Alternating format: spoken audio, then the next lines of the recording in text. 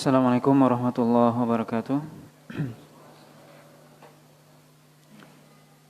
Innal hamdalillah nahmaduhu wa nasta'inuhu wa nastaghfiruh wa na'udzu billahi min shururi anfusina wa sayyiati a'malina. May yahdihillahu fala mudilla lahu wa may yudlil fala hadiya lahu. Asyhadu an la ilaha illallah wahdahu la syarika lahu wa asyhadu anna Muhammadan abduhu wa rasuluh alladzi la rasula wa la nabiyya ba'dah. Ya ayyuhalladzina amanu taqullaha haqqa tuqatih wa la tamutunna illa wa antum muslimun. Amma ba'd. Bapak dan Ibu kaum muslimin dan kaum muslimat yang dirahmati oleh Allah Subhanahu wa taala. Alhamdulillah, puji dan syukur senantiasa kita sampaikan kepada Allah Subhanahu wa taala. Salawat dan salam kita sampaikan kepada Rasulullah sallallahu alaihi wasallam dan juga kepada keluarga beliau, para sahabat, para tabi'in serta orang-orang mukmin yang senantiasa mengikuti beliau sampai hari kiamat nantinya. Pada malam hari ini kita lanjutkan pembahasan dari kitab Sahih Muslim, yaitu bab yang ke-62 dari Kitabus Shalah, yaitu bab jawazu hamli as-sibyan fis shalah. Bolehnya membawa anak atau bayi di dalam salat. Hadis yang ke-1212 dari kitab Sahih Muslim. Hadis ini dari Abi Qatadah radhiyallahu taala anhu, anna Rasulullah sallallahu alaihi wasallam kana yusalli wa huwa hamilu Umamah bint Zainab binti Rasulillah sallallahu alaihi wasallam li Abil As ibni Rabi. Fa idza qama hamalaha wa idza sajada wada'aha. Qala Yahya qala Malik na'am.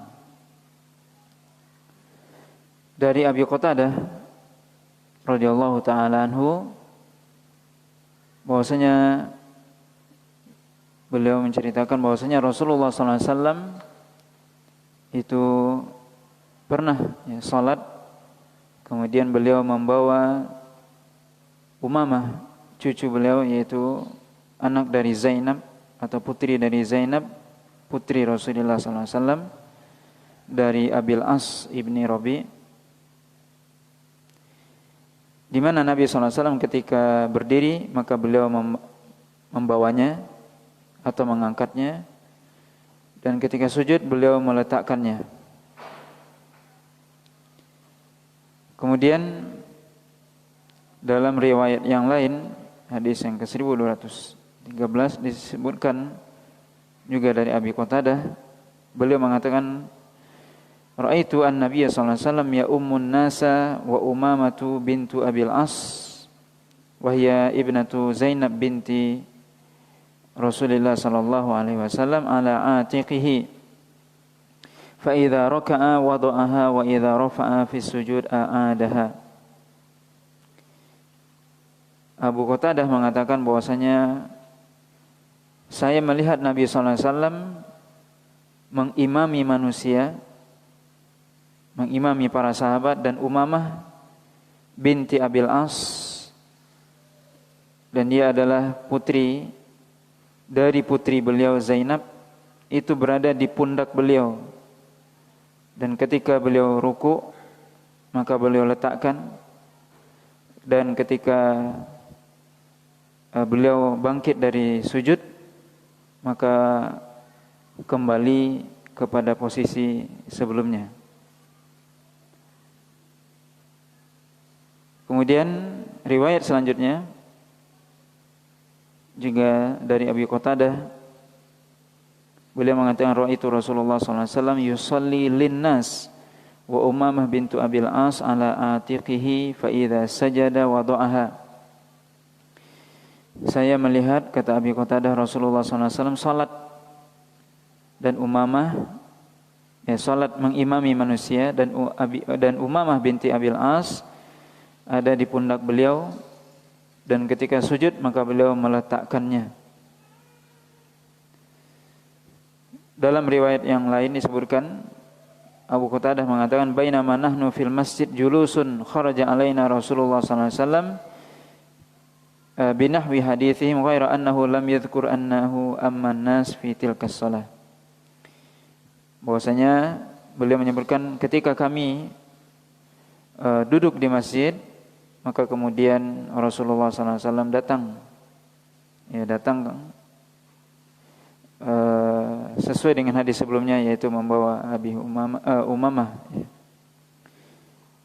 Dan dalam riwayat ini tidak disebutkan Nabi salat mengimami manusia. Di sini disebutkan 4 riwayat oleh Imam Muslim, semuanya dari Abi Qatadah radhiyallahu taala anhu, bahwasanya Nabi sallallahu alaihi wasallam salat, dan dalam riwayat disebutkan riwayat beliau menjadi imam. Berarti kalau menjadi imam tentunya salatnya adalah salat fardu. Dan memang disebutkan dalam riwayat yang lain juga salat zuhur atau asar. Disebutkan di sini bahwasanya Nabi sallallahu alaihi wasallam ketika itu membawa cucu beliau, yaitu Umamah. Di mana Umamah ini adalah putri dari Zainab, putri beliau yaitu Zainab, yang bapaknya adalah Abil As ibni Rabi ibni Adil Uzza. Beliau adalah seorang sahabat yang sebelumnya ketika Nabi sallallahu alaihi wasallam hijrah ke Madinah, itu Abil As masih dalam keadaan musyrik. Ketika perang Badar, maka dia termasuk tawanan orang-orang musyrik, tawanan kaum muslimin, karena dia adalah musyrik ketika itu Abil As. Kemudian disebutkan dalam sejarah bahwasanya kemudian Zainab memberikan tebusan berupa emas kepada Nabi sallallahu alaihi wasallam untuk membebaskan suaminya Abil As yang ketika itu masih musyrik. Kemudian setelah itu Abil As masuk Islam. Di sini dalam hadis ini disebutkan bagaimana Rasulullah sallallahu alaihi wasallam pernah membawa putri dari Zainab, putri dari putri beliau, yaitu cucu beliau yaitu Umamah. Di sini disebutkan oleh Imam Nawawi beberapa faedah, beberapa faedah dari hadis ini. Yang pertama kata beliau, hadis ini menunjukkan sahnya atau boleh dan sahnya seorang salat kemudian dia membawa atau menggendong baik itu manusia atau hewan yang suci. Dan juga hadis ini menunjukkan bahwasanya bayi, hukum asal tubuh mereka ataupun pakaian mereka adalah suci, kecuali jelas-jelas tampak kelihatan atau tercium najis. Kemudian hadis ini juga menunjukkan bahwasanya perbuatan yang sedikit itu tidak membatalkan salat, sebagaimana juga kalau seandainya perbuatan itu tidak dilakukan berturut-turut. Dalam hadis ini juga disebutkan oleh sebagian para ulama, atau banyak penjelasan para ulama tentang hadis ini, yang mana faedahnya atau intinya adalah ketika seorang membutuhkan untuk membawa anaknya ke masjid, maka itu dibolehkan, dengan syarat tentunya anak tersebut tidak mengganggu orang yang sholat. Sebagaimana Nabi SAW membawa Umamah. Dan ini disebutkan berapa kali Nabi melakukannya, atau berapa kali Nabi membawa Umamah ke masjid. Disebutkan ya cuma sekali ya ketika itu, ya wallahu alam, menunjukkan bahwasanya perbuatan itu dibolehkan. Kalau memang di situ ada kebutuhan, ya. Karena hukum asal tentunya sholat seseorang dia berusaha untuk khusyuk dalam sholatnya. Tapi ketika dia memang membutuhkan untuk itu, kalau ditinggal di rumah tidak ada yang menjaga, maka dia boleh bawa ke masjid dan dia gendong anaknya, boleh. Ya.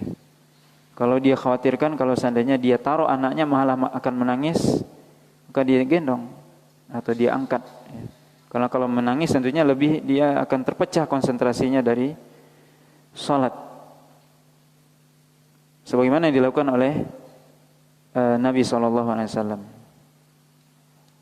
Kemudian juga hadis ini menunjukkan kasih sayang Nabi SAW ya kepada anak-anak, termasuk adalah khususnya kepada cucu beliau ya.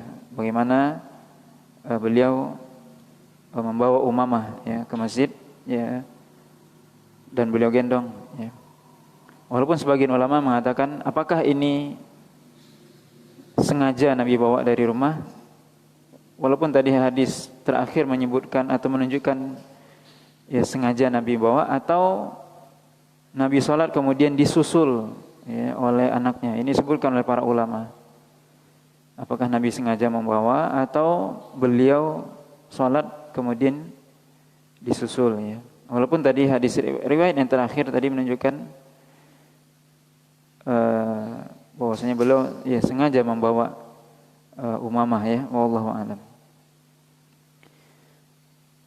Kemudian juga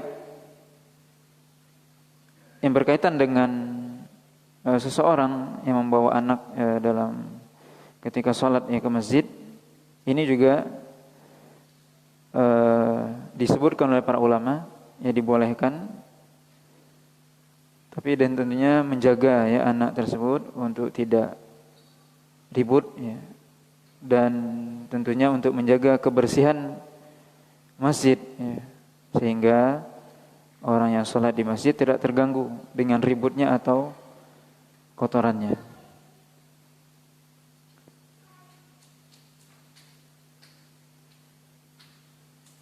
Kemudian juga hadis ini disebutkan ya oleh Imam Nawawi dan yang lainnya bahwasanya mengangkat membawa anak ya, ketika berdiri Rasulullah SAW menggendong, meletakkan di pundaknya ya, kemudian ketika ruku atau sujud beliau letakkan, kemudian ketika berdiri lagi beliau angkat. Amalan seperti ini ya, kata Imam Nawawi tidak membuat orang lalai dari sholatnya, atau gerakan tersebut dibolehkan ya, karena memang ada maslahatnya. Maslahatnya adalah bagaimana supaya anak tadi tidak menangis dan sebagainya ya, sebab seperti yang kita sebutkan, kalau seandainya dia menangis tentunya ini justru akan membuat orang tuanya ataupun yang lain terpecah konsentrasi ketika sholat ya. Sedangkan sholat Nabi SAW dalam hadis sebelumnya disebutkan inna fiha syughulun, bahwasanya sholat itu di dalamnya ada kesibukan ya, di mana seorang ketika sholat ya, sibuk dengan membaca bacaan sholat, zikir, dan memahami apa yang dia baca. Dan juga hadis ini menunjukkan kepada kita secara umum bahwasanya Islam itu agama yang sempurna dan agama yang memberikan kemudahan kepada umat ya. Tidak kaku ya. Ya, ketika sholat pun kita lihat di sini Islam memberikan rukhsah atau memberikan kemudahan, boleh menggendong anak ya. Ini kemudahan yang Allah berikan ya kepada orang tua ya, baik bapak ataupun ibu yang dia membawa anaknya. Ini menunjukkan sekali lagi Islam agama yang memberikan kemudahan ya kepada umatnya ya, dalam hal ibadah pun diberikan kemudahan kalau memang itu dibutuhkan ya, kalau memang itu dibutuhkan. Kemudian Bab selanjutnya yang dibawakan oleh Imam Nawawi rahimahullah taala, yaitu bab yang ke-68, 63, bab jawazul khutwah wal khutwatain fis shalah, yaitu bolehnya melangkah satu langkah atau dua langkah dalam salat. Ini dalam salat. Bolehnya melangkah satu langkah atau dua langkah dalam salat. Ya, itu judul yang dibawakan oleh Imam Nawawi. Di sini disebutkan hadis dari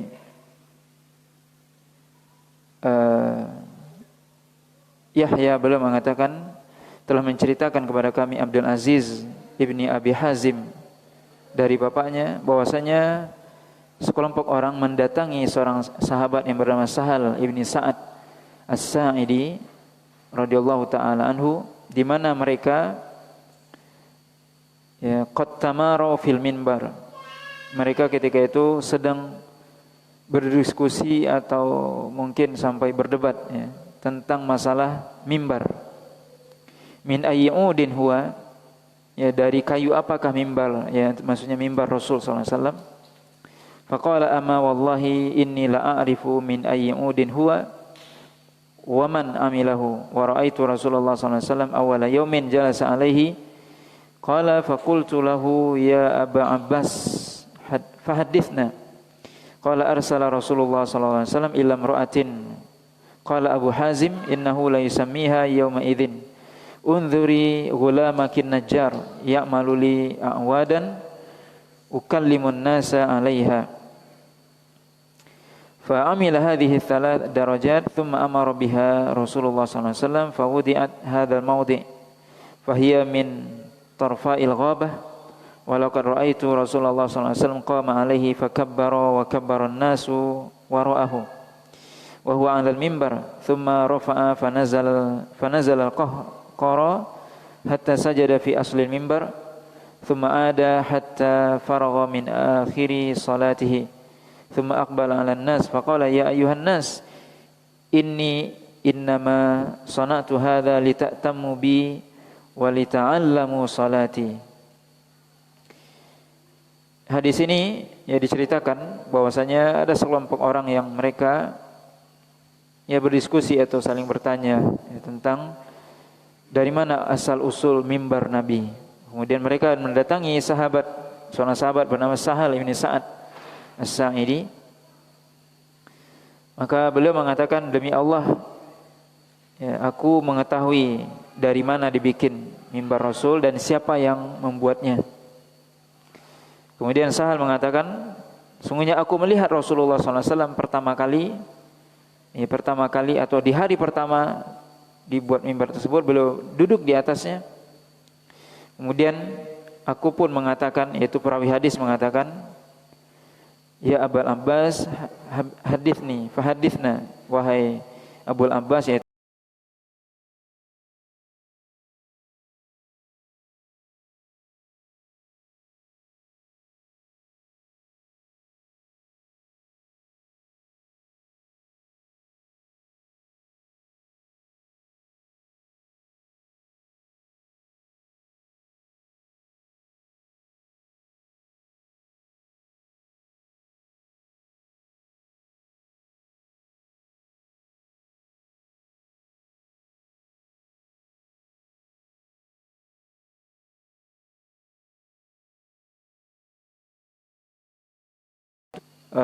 mimbar atau kayu, sehingga aku bisa berbicara kepada manusia di atasnya.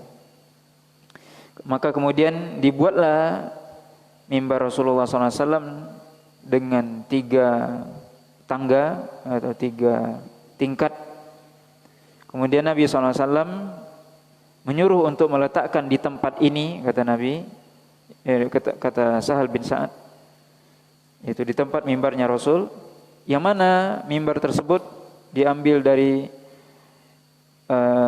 pohonan yang ada di Sohra, yaitu di gurun di Madinah. Kemudian Sahal mengatakan, sungguh aku melihat Rasulullah SAW ketika suatu hari pernah beliau berdiri di atas mimbar tersebut, kemudian beliau bertakbir. Dan manusia di belakang beliau bertakbir juga, sedangkan beliau ketika itu berada di atas mimbar, yaitu salat. Kemudian Nabi SAW bangkit dari ruku, kemudian beliau turun secara mundur dari mimbar tersebut, turun dan mundur sampai beliau sujud di bawah mimbar. Kemudian beliau kembali sampai, ya maksudnya kembali ketika sudah berdiri sampai selesai Nabi SAW sholat. Kemudian setelah itu Nabi SAW mengatakan, setelah selesai sholat Nabi mengatakan, wahai manusia, aku lakukan ini supaya kamu sekalian mengikuti sholatku dan supaya kalian belajar ya, tentang sholatku.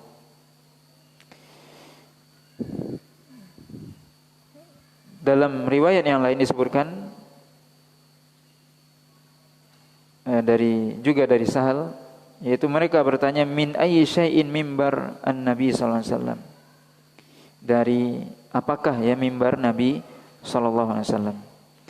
Maka dalam hadis ini ya disebutkan atau diceritakan oleh Abu Hazim, ya salah seorang tabi'in, beliau menceritakan bahwasanya sebagian orang mendatangi seorang sahabat, yaitu Sahal ini, Sa'ad As-Sa'idi, seorang sahabat Ansor, yang mereka bertanya tentang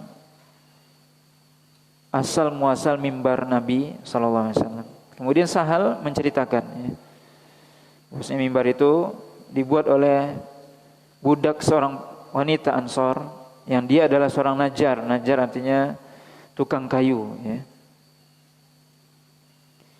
Dan dibuat ketika itu ya 3 tingkat ya. Di sini disebutkan oleh Imam An-Nawawi rahimahullah taala ya beberapa faedah dari hadis ini. Pertama, bahwasanya mimbar Nabi itu disepakati oleh para ulama bahwasanya mimbar Nabi itu adalah 3 tangga ya, atau 3 tingkat ya. Sebagaimana yang dijelaskan ya dalam riwayat Muslim ini dengan jelas ya, bahwasanya 3 mimbar Nabi adalah 3 tangga atau 3 tingkat.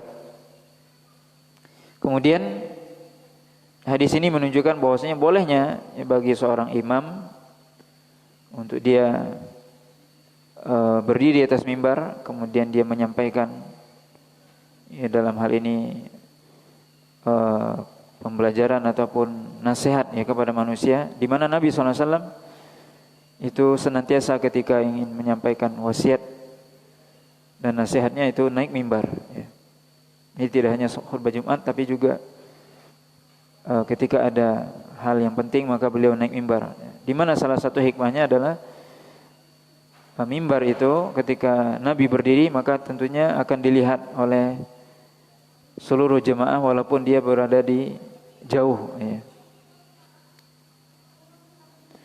Kemudian faedah dari hadis ini juga disebutkan bahwasanya ya dalam salat, dalam hadis ini tadi disebutkan bahwasanya Nabi SAW salat di atas mimbar ya, Nabi SAW salat di atas mimbar, kemudian ketika ketika sujud Nabi mundur ya, setelah ruku i'tidal ya, ketika i'tidal mau sujud maka beliau mundur. Maka beliau mundur dan turun dari mimbar untuk sujud ya. Kemudian ketika berdiri beliau naik lagi. Ketika berdiri beliau naik lagi, ketika mau sujud turun lagi. Nabi SAW ketika turun mundur ya. Tujuannya apa? Tentunya supaya tidak membelakangi kiblat ya. Karena kalau membelakangi kiblat tentunya salatnya batal ya. Kemudian juga hadis ini menunjukkan ya bahwasanya tadi disebutkan oleh Imam Nawawi 1 langkah atau 2 langkah jika itu dibutuhkan dalam sholat maka itu dibolehkan. Ya. Dan juga para ulama menjelaskan yang lainnya bahwasanya langkah ya, ketika dilakukan tidak berturut-turut maka itu tidak dianggap banyak ya. Dan kalau dilakukan untuk kemaslahatan sholat maka itu dibolehkan. Jadi perlu kita ketahui bahwasanya gerakan dalam sholat itu ada beberapa macam. Yang pertama, gerakan yang dilarang yaitu gerakan yang banyak berturut-turut dan tidak ada maslahat di situ, itu dilarang. Yang kedua, gerakan yang dimakruhkan, yaitu gerakan yang banyak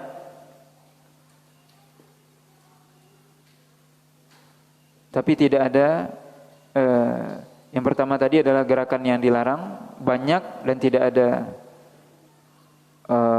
hajah kebutuhan. Yang kedua, gerakan yang dibolehkan ya. Gerakan yang dibolehkan adalah gerakan yang dia dilakukan karena kebutuhan. Contohnya adalah seperti Nabi tadi. Apa kebutuhannya Nabi nanti kita sebutkan ya di akhir hadis. Contohnya adalah seorang misalnya menyempurnakan shaf. Mungkin orang di sebelah kita atau di depan kita batal salatnya, sedangkan kita berada di samping atau di shaf yang kedua.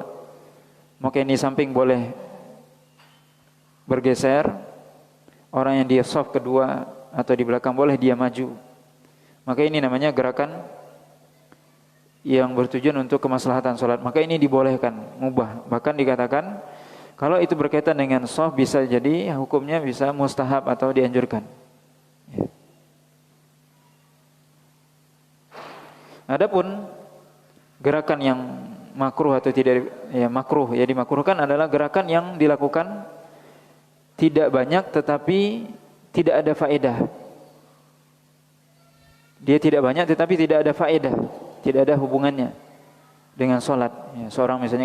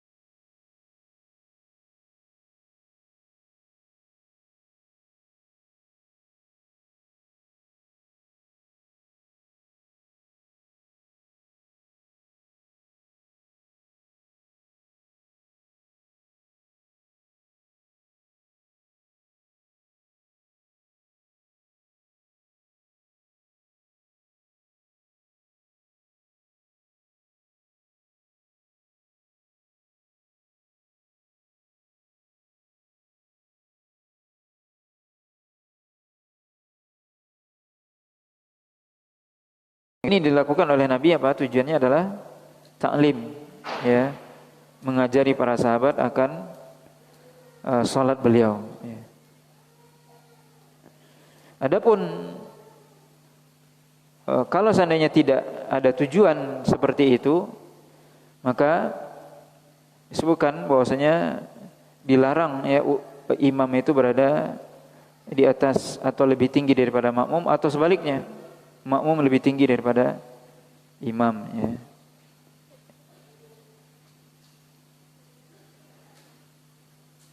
Kemudian bab selanjutnya yang disebutkan oleh Imam Nawawi di sini Bab karahatu al-ikhtisar fi shalah. Bab ya karahatu al-ikhtisar fi shalah. Yaitu bab tentang dimakruhkannya ikhtisar. Ikhtisar itu artinya seorang meletakkan kedua tangannya di pinggangnya atau berkacak pinggang ya, dalam salat. Hadis ini dari Abu Hurairah radhiyallahu taala anhu, ani Nabi sallallahu alaihi wasallam annahu naha ay yusalli ar-rajul mukhtasaran atau mukhtasiran. Dari Abi Hurairah radhiyallahu taala anhu bahwasanya Rasulullah sallallahu alaihi wasallam melarang seseorang salat dengan kedua tangannya di pinggangnya ya. Nabi sallallahu alaihi wasallam melarang hal tersebut ya. Kenapa disebutkan oleh Imam Nawawi? Karena itu menunjukkan ya, salah satu faedahnya hikmahnya adalah disebutkan bahwasanya ini adalah perbuatan yang menunjukkan takabur ya, atau sombong ya. Sedangkan salat seorang hamba merendahkan dirinya kepada Allah Subhanahu wa taala. Kemudian juga disebutkan oleh Imam Nawawi bab 65 yaitu karahatu masul hasa wa taswiyatut turab fi shalah. Dimakruhkannya mengusap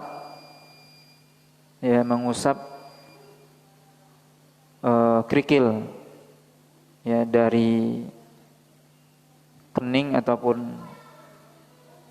dari tempat sujud ya, wa taswiyatut turab fi shalah ya, dalam salat. Di sini disebutkan hadis dari Mu'ayqib radhiyallahu ta'ala anhu qala dzakara an-nabiy sallallahu alaihi wasallam al-masha fil masjid yakni al-hasa qala in kunta labudda fa'ilan fawahidatan. Dalam riwayat lain disebutkan faqala wahidatan ya, in kunta fa'ilan fawahidatan. Dalam riwayat lain disebutkan anna Rasulullah sallallahu alaihi wasallam qala fir rajul yusawwi turab haitsu yasjud qala in kunta fa'ilan fawahidatan. Hadis ini dari seorang sahabat namanya Mu'ayqib ya, Mu'ayqib ibni Abi Fatimah Ad-Dawsi radhiyallahu taala anhu. Beliau mengatakan bahwasanya Nabi SAW itu menyebutkan tentang seorang yang dia mengusap ya atau membersihkan haso ya, masjid maksudnya di sini tempat sujud dari kerikil. Kata Nabi, kalau kamu memang harus melakukan maka lakukanlah sekali saja. Para ulama di sini menjelaskan ya, di sini disebutkan oleh Imam Nawawi apa maksudnya hadis ini. Disebutkan oleh Imam Nawawi di sini perkataan Qadhi Iyad bahwasanya para ulama terdahulu, para salaf, para sahabat ya, itu memakruhkan ya, tidak menyukai seorang yang dia mengusap kerikil yang nempel di keningnya ketika sholat, karena itu menafikan sifat tawadhu kepada Allah Subhanahu wa taala. Di mana kita sholat itu tujuannya adalah beribadah kepada Allah Subhanahu wa taala, merendahkan diri kita kepada Allah. Maka ketika dia sujud kemudian nempel pasir atau apapun di keningnya kemudian dia usap seperti ini, seolah-olah itu adalah sikap sombong. Ya, maka di sini disebutkan dimakruhkan ya.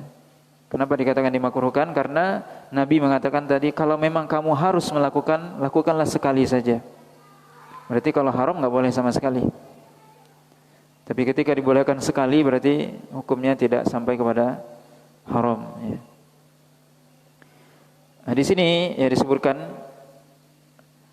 oleh para ulama ya tentang hadis ini ya. Seseorang dilarang melakukan itu ketika sholat ya. Di sini disebutkan tadi fil masjid ya, yaitu di tempat sujud, dan juga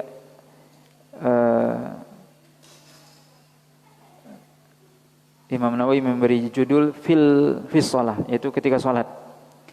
Maka sebagian ulama mengatakan bagaimana kalau seorang ketika dia masuk ke dalam masjid kemudian dia mendapati atau melihat di tempat dia mau salat, mau sujud itu ada kotoran dan sebagainya, maka para ulama menjelaskan boleh dia, tidak masuk dalam hadis ini ya. Dibolehkan dia untuk membersihkan. Yang dilarang di sini atau yang dimakruhkan adalah ketika salat ya. Ya, ketika salat tentunya ini menafikan tadi tawadhu kepada Allah, kemudian juga ini akan menyibukkan dirinya. Dia menyibukkan dirinya dengan sesuatu yang semestinya dia ketika salat memikirkan khusyuk dalam salat, tapi dia malah memikirkan apa yang nempel di keningnya ya ketika sujud. Dan ini bisa kita lihat dan kita bayangkan ini terjadi di zaman Nabi, di mana masjid zaman Nabi enggak seperti masjid kita. Masjid zaman Nabi ya semuanya pasir. Itu Nabi larang atau dimakruhkan ya. Apalagi masjid kita yang Masya Allah sangat licin ya.